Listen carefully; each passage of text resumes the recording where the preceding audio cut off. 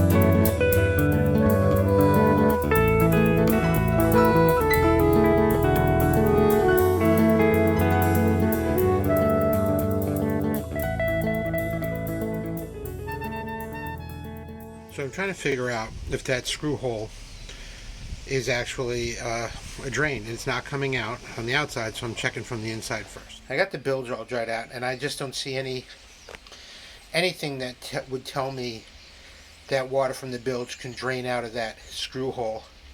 No holes, no screws, nothing. So I guess I'm kind of stuck with just leaving the way it is. Well, I'm sitting in my new favorite place to video, in my car. Today I'm not driving, just sitting here. It's 6:15 a.m. It is 41 degrees out.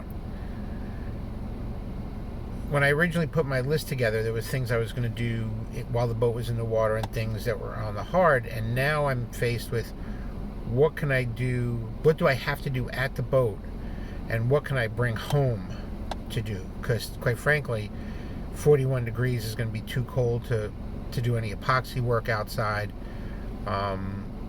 It's going to be too cold to do a lot of things safely.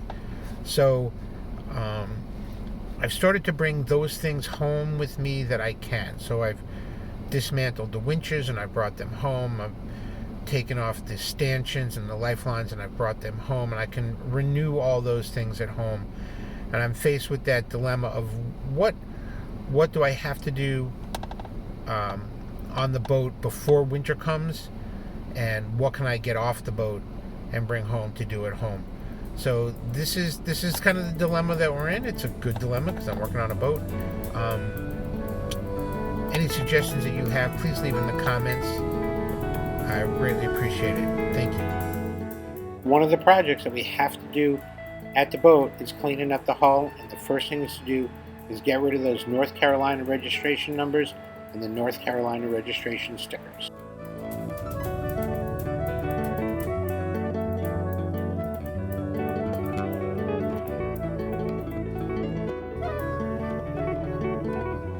So as I feared, the glue gun wasn't working very well. I wish they had goof off. So I switched to the acetone, and that seems to be doing a much better job. And I'm looking at that shine of the boat, and I'm thinking, good compounding. This thing's going to shine up really nicely. The local fiberglass guy here was offering to repaint it for me for a fee, of course. A reasonable fee, but a fee nonetheless. But I think it's going to be beautiful. I don't know how, I think it's all grip on here. I don't know how I can touch up some of the blemishes, but you know, it's like, it doesn't have to be perfect. It just has to be good. You can see a little outline of the number, but that's probably just because the boat really needs to be buffed out. I think that's going to buff out something beautiful. No longer lives, no longer belongs in North Carolina. She's officially a New York boat, and she's officially mine because the numbers are off. Last week I was sailing and I noticed that the tack of my jib was not actually connected. This fitting at the stem head is the fitting that the sail attaches and the boom, the jib boom attaches. The bottom hole is for the jib boom, the top hole is for the sail. The previous owners used totally inadequate fittings for both of those, and they needed to replace. The other thing is that this unit spins, and it was very squeaky and binding. So a little bit of Slick 50 and the appropriate clevis pins and rings made all the difference in the world. So one of the jobs that we can do at home is to rebuild the winches. As you can see, these are in different state of repair or disrepair. With this final one, the pawls are not engaging at all. So we're going to take all three of those off. So the first step in removing the winch is to remove the spring clip around the top. Once that spring clip is off, the whole winch will just slide right up, leaving the base, which we can unscrew from the cabin top. Alright, we have two winches off. We can see, we're looking at this one, it's filled in with silicone, these extra holes. We'll suss these out after we get the winches rebuilt. And here's the other one. The wood blocks that the winches were mounted on really need to be spruced up a little bit, so we'll take care of that.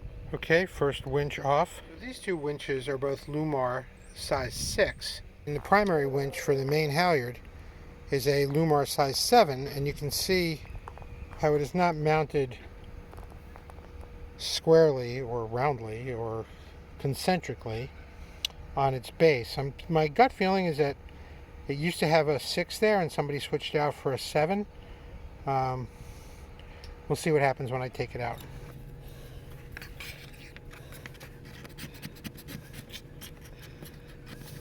As we clean up the old silicone, we can see that there was a number of extra holes drilled, many of them filled with silicone.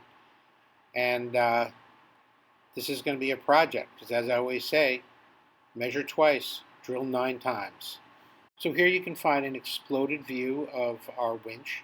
You can see one of the springs right above the white spacer was destroyed, and that could be part of the problem. That and the grease was so sticky in there that that none of the pawls were moving. So after soaking all the parts in a little bit of gunk parts cleaner, putting everything back together with a little Teflon-based grease, everything is going to be greased. It's all going to be put back together, ready for remounting.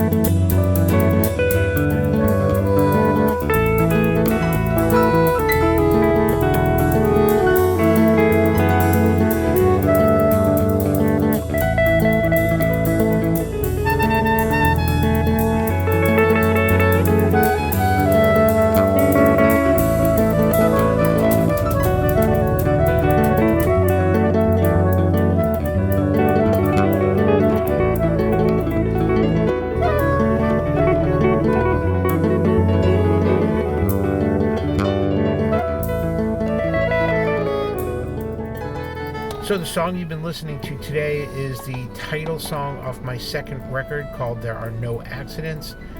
I'm offering any subscribers, new subscribers, a free download. All you have to do is subscribe, leave a comment, and I will leave you a download code and the link where you can download it from. I hope you enjoy it. Thank you.